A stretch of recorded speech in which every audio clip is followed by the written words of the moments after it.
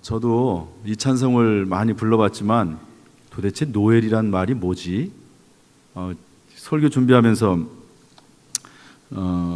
뭐라고 말하기가 좀 어렵더라고요. 그래서 제가 좀 찾아봤습니다. 그랬더니 노엘이란 말이 라틴어에서 온 말이에요. 라틴어.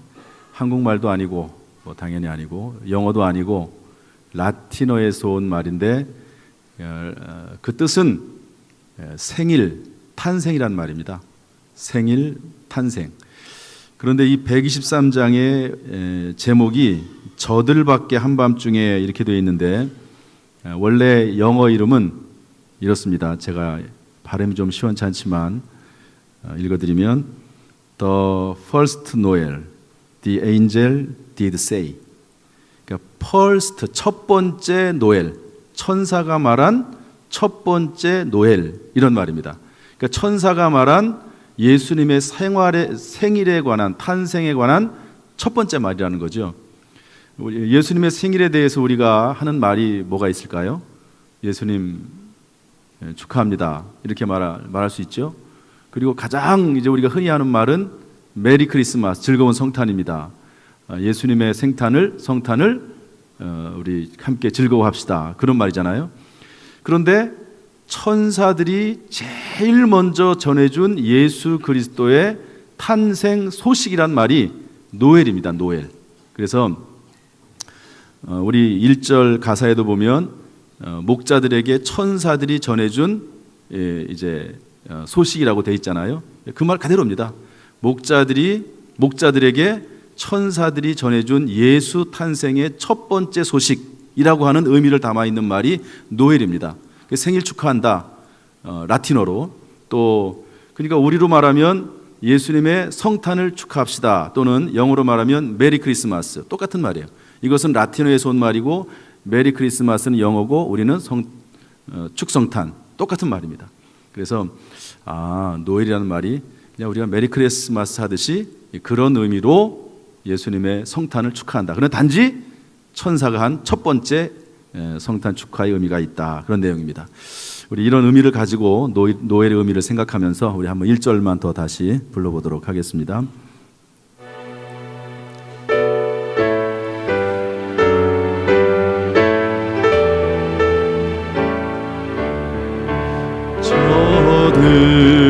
저들밖에 한밤중에 양틈에 자던 목자들, 천사들이 전하여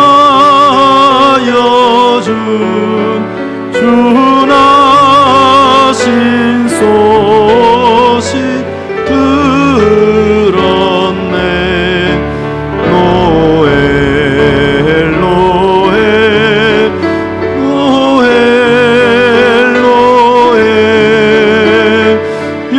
이스라엘 왕이 나셨네. 이렇게 성탄절은 예수님의 탄생을 기뻐하는 날이고 축하하는 날이고 잔치하는 날입니다. 그런데 오늘 제가 같이 여러분과 나누고 싶은 말씀은 왜 예수 그리스도의 탄생이 기쁠까 하는 내용이에요. 여러분, 예수님의 탄생이 기쁘십니까? 어떻게 대답이 조금 시원찮죠? 예수님의 탄생이 기쁘십니까? 꼭 두 번째 물으면 잘하신다니까. 그 이유가 뭡니까? 이렇게 물어보면은 딱 부러지게 대답할 수 있는 몇 가지로 딱딱 나눠서 어려울 수 있습니다. 그래서 제가 성경 말씀을 근거로 해서 예수님의 탄생이 기쁜 이유, 예수님의 탄생을 기뻐하는 이유를 좀 찾아봤습니다. 첫 번째는 하나님을 볼 수 있기 때문에 예수님의 탄생이 기쁜 날입니다. 여러분, 하나님을 보셨습니까? 한번 나는 하나님을 봤다 하는 분 한번 손 들어보세요. 제가 1부 때 손을 들려고 그랬더니 한 분이 손을 드시더라고요. 어디서 봤냐고 물어봤더니 책에서 봤대요. 그림으로. 제가 고등학교 3학년 때 이제 신학대학을 가고 싶어서 그런 좀 확신이 있어야 되잖아요. 하나님 앞에 제가 기도했습니다. 하나님, 제가 신학을 하고 싶은데 하나님이 좀 계시면 보여주십시오. 제가 확신 가운데 공부를 좀 하고 싶습니다. 그래서 하나님 앞에 하나님 좀 보여달라고 그렇게 기도하고 그렇게 하나님 앞에 막 눈물을 흘리면서 부르짖어도 하나님이 안 보여주시더라고요. 그래가지고 제가 신학대학을 못 가고 이제 대학을 졸업한 다음에 일반 대학을 졸업하고 대학원 때 대학원을 신학대학원을 들어가게 됐습니다. 하나님을 보여주시면 믿겠다 이렇게 생각하는 분들이 많이 있을 텐데요. 여기에 관련해서 한번 우리 아까 읽었던 말씀이지만 다시 한번 읽어보겠습니다. 요한복음 1장 1절 14절 18절 계속 이어서 읽겠습니다. 시작. 태초에 말씀이 계시니라. 이 말씀이 하나님과 함께 계셨으니 이 말씀은 곧 하나님이시니라. 말씀이 육신이 되어 우리 가운데 거하심에 우리가 그의 영광을 보니 아버지의 독생자의 영광이요 은혜와 진리가 충만하더라. 본래 하나님을 본 사람이 없으되 아버지 품속에 있는 독생하신 하나님이 나타내셨느니라. 하나님을 본 사람이 있다고요, 없다고요? 없답니다. 성경에 뭐라고 되어 있냐면 하나님을 본 사람이 없다는 거예요. 인류 역사상 지금까지 앞으로도 하나님을 볼 사람은 없다는 겁니다. 왜? 하나님은 영이시기 때문에 하나님을 사람의 눈으로 볼 수가 없다는 거죠. 그러니까 우리가 하나님 앞에 기도하면서 하나님이 정말 살아계시면 보여주십시오 라고 아무리 기도를 해도 하나님은 보여주지 않으십니다. 사람이 볼 수도 없고, 그러니까 하나님에 대해 보여달라고 하는 기도는 그것은 성경적인 기도가 아닙니다. 제가 하나님을 보여달라고 3년 동안 기도했거든요. 그런데 하나님이 안 보여주시더라고요. 그리고 나서 하나님이 다른 방법으로 하나님이 살아계심을 저에게 알게 하셨습니다. 하나님은 볼 수가 없어요. 대신 성경에 뭐라고 되어 있냐면 이렇게 되어 있습니다. 태초에 말씀이 계시니라. 말씀이 하나님과 함께 계셨으니 이 말씀은 곧 하나님이시라. 태초에 말씀이 있었다는 거예요. 근데 그 말씀이 하나님과 함께 있었다고 하는 겁니다. 그 말씀이 근데 하나님이라는 거예요. 그 말씀이 육신이 되어 우리 가운데 거하심에 우리가 보니 독생자의 영광이 은혜와 진리가 충만하더라. 하나님이 사람의 몸을 입고 이 땅에 오셨는데 그분이 바로 예수 그리스도시고 그분을 통해서 하나님을 알게 된다 하는 것입니다. 여기 성경 말씀에 보니까 본래 하나님을 본 사람이 없으되 아버지 품속에 있는 독생하신 하나님이 나타나셨니라. 여러분, 독생하신 하나님이 누구죠? 예수님입니다. 이 땅에 사람의 몸을 입고 이 땅에 내려오신 독생하신 하나님 예수 그리스도, 그분을 통해서 하나님을 볼 수 있다는 거예요. 그러므로 여러분, 하나님을 보여달라고 기도하는 것은 성경적이지 않습니다. 대신 우리는 이렇게 해야 되는데요. 우리 요한복음 14장 8절 9절 말씀 같이 읽어보겠습니다. 시작. 빌립이 이르되 주여 아버지를 우리에게 보여주옵소서. 그리하면 족하겠나이다. 예수께서 이르시되 빌립아 내가 이렇게 오래 너희와 함께 있으되 내가 나를 알지 못하느냐? 나를 본 자는 아버지를 보았거늘 어찌하여 아버지를 보이라 하느냐? 빌립이라고 하는 제자가 예수님에게 물어보고 요청을 합니다. 예수님, 하나님을 좀 보여주십시오. 하나님을 좀 보여주십시오. 그렇게 부탁을 했더니 예수님께서 빌립에게 내가 너희와 이렇게 오랫동안 있지 않았었느냐? 그러면서 나를 본 자는 아버지를 보았거늘, 예수님을 보면 예수님을 통해서 하나님이 누구신지, 어떤 분이신지, 하나님의 모습, 하나님의 성품, 그리고 하나님의 모든 것들을 볼 수 있다고 성경은 우리에게 알려주고 있습니다. 예수님이 이 땅에 오셔서 우리에게 하나님의 뜻을 알려주셨고, 또 예수님께서 죽은 자도 살리시는, 나사로를 살리시는 기적을 보여주셨고, 또 예수님께서 우리의 마음을 변화시켜 주시고, 가난한 사람들, 어려운 사람들, 고아들을 돌봐주시고 하는 이런 모든 예수님의 행하시는 모습과 말씀하시는 모습들을 통해서 하나님이 어떤 분이신지, 하나님은 전지전능하신 하나님이시고, 하나님은 지혜가 많으시고 능력이 많으시고, 하나님이 어떤 분이신지를 예수님을 통해서 알 수 있다고 우리에게 말씀해주고 있습니다. 그러므로 여러분 하나님을 만나보길 원하십니까? 그렇다면 예수 그리스도를 보시면 됩니다. 아, 예수 그리스도. 그분을 보면 하나님을 알 수 있는 거죠. 그런데 오늘날은 예수 그리스도를 직접 옆에 모시고 볼 수가 없습니다. 제자들도 3년 동안만 예수님을 옆에 모시고 공생의 생애 동안 함께 있었지요. 지금은 무엇을 통해서 예수님을 알 수 있죠? 성경 말씀을 통해서 예수님을 아는 겁니다. 그러므로 여러분 성경을 읽으면서 끊임없이 성경 속에 있는 예수 그리스도, 성경 속에 나타나 있는 하나님의 모습을 마음속에 모시고 익히고, 아, 이분이 하나님이시구나, 이런 분이 예수님이시구나, 이런 분이 나의 아버지시구나 라고 우리가 받아들일 수가 있는 것이죠. 여러분 성경 말씀은 그래서 능력이 있고, 성경 말씀 우리에게 지혜를 주고, 성경 말씀은 하나님을 만날 수 있게 하는 능력이 있는 것입니다. 우리가 예수 그리스도의 탄생, 이 성탄절을 기뻐하는 이유는 뭐냐면 예수님을 통해서 하나님이 어떤 분이신지를 알 수 있고 볼 수 있고 체험할 수 있기 때문에 그렇습니다. 여러분 이 성탄절에 예수님을 더 깊이 알고자 하는 마음이 뜨거워지고, 또 예수 그리스도를 성경을 통해서 배워나가는, 체험하는 저 여러분 될 수 있기를 주님의 이름으로 축복합니다. 두 번째로 왜 예수님의 탄생을 기쁜가? 두 번째로는 예수님을 통해서 하나님과 가족 관계가 되기 때문에 그렇습니다.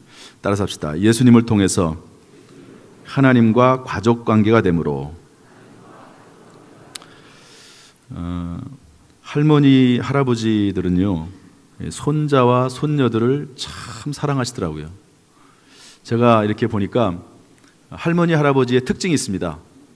뭐냐면 핸드폰의 첫 페이지 항상 손자나 손녀의 사진이 있어요. 대부분 그렇습니다. 대부분 보면은 그리고 만나면은요 꼭 그거 한번 보여줘요. 이렇게. 그러면 이제 10,000원씩 내고 해야 됩니다. 그래도 여포합니다. 그래가지고 손자 손녀가 말을 했다느니 걸었다느니 이걸 뭐라 그래, 이거를 잼잼을 했다느니 그래가지고 자랑을 하십니다. 여러분 할아버지 할머니가 왜 손자 손녀를 그렇게 사랑할까요? 그 이유는 저는 간단하다고 봅니다. 가족이기 때문에 그렇습니다. 피를 나누었기 때문에 그렇죠. 손자 손녀는 다른 그 누구와도 비교할 수 없는 유일한 특징이 하나가 있는데, 내 피가 저 아이에게도 있다는 거예요. 내 피가. 다시 말해서 분신입니다. 나의 분신. 또 다른 내가 저 아이예요. 그래서 그 누구하고도 비교할 수도 없고 바꿀 수도 없는 존재가 손자, 손녀입니다. 가족이기 때문에 그렇죠. 그런데 놀랍게도 성경은 예수 그리스도를 통해서 하나님과 가족이 된다는 겁니다. 한번 읽어볼까요? 요한복음 1장 12절 말씀 읽어보겠습니다. 시작. 영접하는 자, 곧 그 이름을 믿는 자들에게는 하나님의 자녀가 되는 권세를 주셨으니. 갈라디아서도 읽어보겠습니다. 시작. 너희가 아들임으로 하나님이 그 아들의 영을 우리 마음 가운데 보내사 아빠, 아버지라 부르게 하셨느니라. 예수 그리스도를 영접을 하면, 예수 그리스도가 내 안에 들어오셔서 나의 구주와 주님이 되면 그 순간부터 하나님을 우리는 아빠라고 부를 수 있게 되고, 하나님은 우리를 자녀라고 인정해 주신다는 겁니다. 이것이 예수 그리스도 탄생의 중요한 의미예요. 여러분 이 세상에 천지를 만드시고 전지전능하신 하나님을 아버지라고 부를 수 있는 사람이 누가 있겠습니까? 없지요. 그런데 오직 예수 그리스도, 예수님을 통해서 하나님을 아버지라고 부르고, 하나님은 우리를 아들이라고, 자녀라고 인정해 주시는 것입니다. 그러므로 여러분 예수 그리스도의 탄생은 우리에게 얼마나 중요한 일인지 몰라요. 예수님, 그분을 통해서 내가 하나님과 이런 정말 귀중한 관계를 형성할 수 있게 됐구나 하는 그 사실, 얼마나 감사한지 모르지요. 오늘 성탄절을 맞이해서 내가 예수 그리스도로 말미암아 하나님의 자녀가 된 것, 그 사실로 인하여서 감사하고 기뻐하고 하나님을 나의 구주와 주님으로 섬기고 따르는 귀한 다짐이 다시 한번 있기를 주님의 이름으로 축복합니다. 세 번째로 왜 예수님의 탄생이 기쁩니까? 예수님의 지혜와 능력을 받아 살아갈 수 있기 때문에 그렇습니다. 따라서 예수님의 지혜와 능력을 받아 살아갈 수 있으므로. 예수님의 특징이 뭐냐면요, 예수님의 모습을 어떤 이 성경에서 이렇게 요약을 하고 있는데요. 마태복음 13장 54절 말씀 한번 읽어보겠습니다. 다 같이 시작. 고향으로 돌아가사 그들의 회당에서 가르치시니 그들이 놀라 이르되 이 사람의 이 지혜와 이런 능력이 어디서 났느냐. 사람들이 예수님을 보고요, 너무너무 깜짝 놀란 거예요. 그러면서 그 예수님의 모습에 대해서 딱 두 가지로 정의를 내렸습니다. 이 사람의 이 지혜와 이 능력. 예수님은 지혜가 많으시고 예수님은 능력이 많으신 분이라고 그렇게 사람들이 평가를 한 것입니다. 이 모습은요, 구약 성경에서 그대로 나타나는데 다니엘서 2장 20절 말씀 한번 읽어보겠습니다. 다 같이 시작. 다니엘이 말하여 이르되 영원부터 영원까지 하나님의 이름을 찬송할 것은 지혜와 능력이 그에게 있음이로다. 다니엘이 성경을 기록할 때와 예수님이 이 말씀을 할 때는 수백 년의 시간이 흘렀습니다. 그런데 여전히 하나님에 대해서도 정의를 내린다고 하면 지혜와 능력, 그리고 하나님의 아들 독생하신 하나님이신 예수 그리스도에 대해서도 정의를 내리면 지혜와 능력이라는 거예요. 우리가 예수 그리스도를 환영하고 기뻐하고 예수 그리스도를 모셔드리는 이유는 예수 그리스도의 능력과 지혜를 내가 받아 누릴 수 있기 때문에 그렇습니다. 우리 요한복음 14장 12절 말씀을 한번 보도록 할까요? 다 같이 읽어보겠습니다. 시작. 내가 진실로 진실로 너희에게 이르노니 나를 믿는 자는 내가 하는 일을 그도 할 것이요 또한 그보다 큰 일도 하리니 이는 내가 아버지께로 감이라. 예수님이 하신 일을 할 뿐만 아니라 더 큰 일도 할 수 있다는 거죠. 다시 말해서 하나님과 예수 그리스도는 지혜와 능력이신데 그것을 우리에게 주시기를 원하시는 분이 하나님이십니다. 야고보서 1장 5절에 보면 너희 중에 누구든지 지혜가 부하시는 하나님께 구하라 그리하면 주시리라. 할렐루야. 제가 처남들이 미국에 있어가지고요, 가끔 이제 미국 뭐 자주 가지는 못하지만 가면은 이제 여행을 시켜줄 때가 있어요. 그럼 저 멀리 이제 차를 타고 오랫동안 달려가지고 뭐 라스베가스라든지 뭐 이런 여러 지역들을 다녀오게 됩니다. 그러면서 이제 그쪽으로 가면 꼭 들리는 곳이 한 군데가 있는데 어디냐면 후버댐입니다. 후버댐. 세계에서 뭐 아주 뭐 가장 큰 댐 중에 하나인 후버댐. 미국에는 아주 엄청나게 길고 그 강의 위험이나 그 세기가 큰 강이 하나가 있습니다. 이 콜로라도라고 하는 강이 있는데요, 그 콜로라도 강을 막아가지고 세운 댐이 후버 댐입니다. 미국이 경제공황에 시달리던 1931년부터 해가지고 1935년에 완성이 됐습니다. 엄청난 크기고요. 이 댐을 지으면서 수많은 사람들이 지었습니다. 그 강을 막아서 하다 보니까 뭐 하다가 터지기도 하고 그러면서 죽기도 하고 그렇게 해서 결국에는 완성을 했는데요. 이것이 미국 경제 부흥의 계기가 됐고 또 여기서 나오는 전기로 수많은 지역이 전기를 쓰게 되고 또 하나는 물 공급을 하게 됩니다. 여러분 LA 지역은 광야 지역이거든요, 원래는. 그런데 그 LA 지역이 지금 얼마나 많은 빌딩들이 서 있고 사람들이 살고 있습니까? 그런데 그 LA 지역에 물을 공급하는 공급원이 뭐냐면 후버댐이에요. 엄청난 물을 거기서 공급해 주기 때문에 미국 LA가 살고 있는 겁니다. 여러분 우리가 인생을 살면서 무엇인가로부터 공급을 받아야지 사는 거죠. 공급을. 그런데 예수님께서 지혜와 능력이시고 하나님께서 지혜와 능력이 되셔서 우리에게 늘 공급해 준다는 거예요. 할렐루야. 이것이 예수 그리스도의 은혜예요. 예수 그리스도께서 이 땅에 오심으로 말미암아 예수 그리스도의 탄생을 말미암아 우리에게 예수 그리스도의 지혜와 능력을 공급해 주시는 분, 그분이 바로 주님이시고 우리의 아버지 하나님이신 줄로 믿습니다. 그러므로 우리가 기뻐하고 감사하는 거예요. 오늘 성탄절이지만 이제 여전히 새벽기도회는 있습니다. 아침에 이제 5시 반에 이제 새벽기도회 가려고 하면 좀 일찍 일어나죠. 어제 이제 늦게까지 예배 드리고 또 오늘 이제 오후에 또 오늘도 계속 또 새벽기도도 있을 뿐만 아니라 또 계속해서 예배가 있는 날입니다. 그러면 좀 심리적으로 좀 피곤해요. 그렇지만 이제 새벽기도 하기 위해서 아침에 일어났습니다. 그런데 오늘은 새벽기도를 나가는데 얼마나 마음이 기쁜지 이런 마음이 드는 거예요. 새벽 시간은 나에게 있어서 새벽 시간은 생명이다. 그런 마음이 들더라고요. 물론 그전에도 뭐 그런 마음이 없는 건 아니지만 오늘 새벽에는 이상하게 그런 마음이 더 깊이 드는 거예요. 새벽에 나가서 하나님 앞에 기도할 수 있다는 것은 나에게 너무너무 큰 행복이다.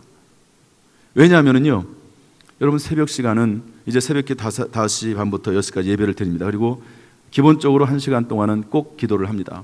그러면서 그 1시간 동안 하루의 모든 일정을 놓고, 그리고 그 1시간 동안 교회를 위해서, 어떤 성도들을 위해서, 그리고 나라 민족을 위해서 내가 기도해야 될 제목을 놓고 기도를 해요.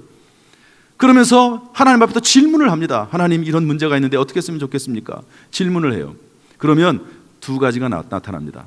하나는 내가 할 수 있는 것, 내가 해야 될 것이 하나가 나와요. 하나님께서 기도하는 중에 이거는 이렇게 해라, 이거는 네가 해야 될 부분인데 이렇게 해라, 이렇게 알려주시는 부분이 있어요. 그런 부분이 있습니다. 또 하나는 내가 할 수 없는 부분이 있습니다. 하나님, 그것은요 제가 할 수 없네요. 제가 도저히 할 수 없습니다. 이것은 하나님께서 하셔야 됩니다. 여러분, 사람이 하나님께서 우리에게 지혜를 구하지만 하나님이 주시는 지혜로 내가 행동해야 될 거 있습니다. 그냥 기도만 하고 아무것도 안 하는 게 아니에요. 하나님이 지혜를 주시고 하라고 하시는 부분이 있으면 내가 분명히 해야 됩니다. 그러나 어떤 경우는 안 돼요. 여러분, 사람의 마음을 내가 바꿀 수 없습니다. 하나님이 해주셔야 되는 거예요. 어떤 질병은 약으로 안 됩니다. 하나님이 해주셔야 돼요. 어떤 상황의 문제는, 어떤 문제는요 내가 안 됩니다. 하나님이 해주셔야 되는 문제가 있어요. 그러면 하나님, 이 부분은 제 능력에 한계가 있습니다. 하나님 도와주십시오. 그걸 기도하고 나가는 거예요. 그러면서 하나님이 그때그때마다 나에게 행하기를 원하시는 그런 마음의 감동이 있습니다. 그런 것들을 행하면서 살아나가게 되는 거죠. 그 시간이 너무너무 기쁜 거예요. 더구나 요즘은 이제 저녁 기도회도 있어가지고, 저녁 기도회도 뭐 항상 참석하는 건 아니지만 저녁 기도회도 참석을 해서 그 시간에 기도하고, 그런데 얼마나 그 시간이 기쁘고 즐겁고 감사한지 모릅니다. 왜? 지혜와 능력을 받는 시간이기 때문에 그래요. 여러분, 꼭 가능하면 예배당에 와서 기도하면 좋겠지만 그렇지 않다 할지라도 어느 곳에 있든지 간에 여러분, 기도하는 시간은 천사들이 돕는 시간이고, 기도하는 시간은 하늘로부터 지혜와 능력을 얻는 시간임을 믿고 여러분, 하나님 앞에 지혜를 구하시기를 바랍니다. 능력을 구하시길 바랍니다. 기도하는 시간에 하나님 놀라운 역사가 나타나기를 주님의 이름으로 축원합니다. 그것이 어떻게 시작이 됐는가? 예수 그리스도의 탄생으로부터 시작이 되는 것이죠. 예수 그리스도의 탄생, 정말 기뻐하고 감사할 일인 줄로 믿습니다. 마지막 네 번째로, 끝까지 우리를 탄생하시는 분이, 사랑하시는 분이 탄생했으므로 우리는 성탄을 기뻐합니다. 따라서 할까요? 끝까지 우리를 사랑하시는 분이 탄생하셨으므로. 우리 요한복음 13장 1절 말씀 한번 읽어보겠습니다. 다 같이 시작. 6월절 전에 예수께서 자기가 세상을 떠나 아버지께로 돌아가실 때가 이른 줄 아시고 세상에 있는 자기 사람들을 사랑하시되 끝까지 사랑하시니라. 예수님께서 십자가대로 돌아가시기 전에 세상에 있는 자기 사람들을 끝까지 사랑했다고 했습니다. 여러분, 이 자리에 앉아있는 우리들은 모두 하나님의 사람인 줄로 믿습니다. 하나님의 사람, 예수 그리스도의 사람이에요, 믿음 안에서. 그런데 성경에 보면요, 요한복음 17장 12절에 보면 다만 멸망의 자식뿐이오니 이렇게 되어 있습니다. 읽어보겠습니다. 12절 시작. 내가 그들과 함께 있을 때에 내게 주신 아버지의 이름으로 그들을 보존하고 지켰나이다. 그 중에 하나도 멸망하지 않고 다만 멸망의 자식뿐이오니 이는 성경을 응하게 함이니이다. 가론유다는 예수님의 12 제자 중에 하나였습니다. 그런데 스스로 예수님을 떠났어요. 스스로 예수님을 버렸습니다. 여러분, 믿음을 포기하는 사람은 참 어려워요. 힘들어요. 성경 말씀에 뭐라고 되어 있냐면 요한복음 15장 5절에 보면 다 같이 읽어보겠습니다. 시작. 나는 포도나무요 너희는 가지라. 그가 내 안에 내가 그 안에 거하면 사람이 열매를 많이 맺나니 나를 떠나서는 너희가 아무것도 할 수 없습니다. 우리가 하나님을 떠나지만 않으면 하나님은 절대로 우리를 버리지 않습니다. 따라서 어떤 어려움이나 고통이 있다 할지라도 혹시 하나님을 떠나지 않고 하나님과 늘 동행할 수 있기를 주님의 이름으로 축복합니다. 왜? 하나님의 사랑은 변함이 없기 때문에 그래요. 지난번에 어떤 권사님이 저에게 시집 하나를 주셨습니다. 어머니가 쓴 시집인데요, 제목이 눈이 사뿐사뿐 오네라고 하는 시집이에요. 그 내용 이렇게 많지 않고 그림이 있고 글은 얼마 안 되기 때문에 뭐 한 5분, 10분, 뭐 15분이면 다 읽습니다. 쭉 다 읽었는데요. 그 시집에 이런 시가 있습니다. 제가 한번 읽어드릴 테니까 한번 잘 보시죠. 어매는 나를 낳고 또 딸이네. 윗목에 밀어두고 울었다. 나마저 너를 미워하면 세상이 너를 미워하겠지. 질긴 숨 붙어있는 핏덩이 같은 나를 안아들고 또 울었다. 하늘에서는 흰 눈송이가 하얀 이불솜처럼 지붕을 감싸던 날이었다. 지금은 뭐 이러지 않죠. 이 시를 쓴 분이요, 딸을 낳았어요. 딸을 낳았는데 너무너무 슬픈 거예요. 저희는 딸만 둘 있는데 아마 이 시대라고 했으면 아마 좀 문제가 됐을지도 모르겠어요. 그런데 딸을 낳았어요. 그래서 그냥 윗목에다가 밀어뒀어요. 딸 낳아놓고. 그런데 나마저 너를 미워하면 세상이 너를 미워하겠지. 그리고 이제 그 아이를 다시 안았는데 그래도 눈물이 나는 거예요. 왜 아들을 낳아야 되는데 딸을 낳아가지고. 어머니의 마음이기도 하고 또 어머니의 한계이기도 합니다. 어머니의 한계. 여러분, 사람에게는 한계점이 있는 것이죠. 여러분, 열왕기하 6장 29절 말씀 보면 이런 내용도 나옵니다. 북이스라엘의 사마리아 지역에 아람 왕 이방 민족이 침공을 했습니다. 그래가지고 성을 다 둘러쌌어요. 시간이 많이 지났습니다. 그러니까 먹을 것이 다 떨어졌어요. 그러니까 두 엄마가 거래를 했습니다. 거래를 해가지고 둘 다 아이가 있는데 오늘은 이 아이를 잡아먹고 그리고 내일은 이 아이를 잡아먹자. 서로 거래를 해가지고 뭐 가위바위보를 했는지 투표 뽑기를 했는지 뭐 투표를 뽑았는지 모르지만 오늘 이 아이를 잡아먹었어요. 그리고 나서 그 다음날 이 아이를 또 다른 아이를 잡아먹어야 되는데 그 아이를 데리고 도망가 버렸습니다.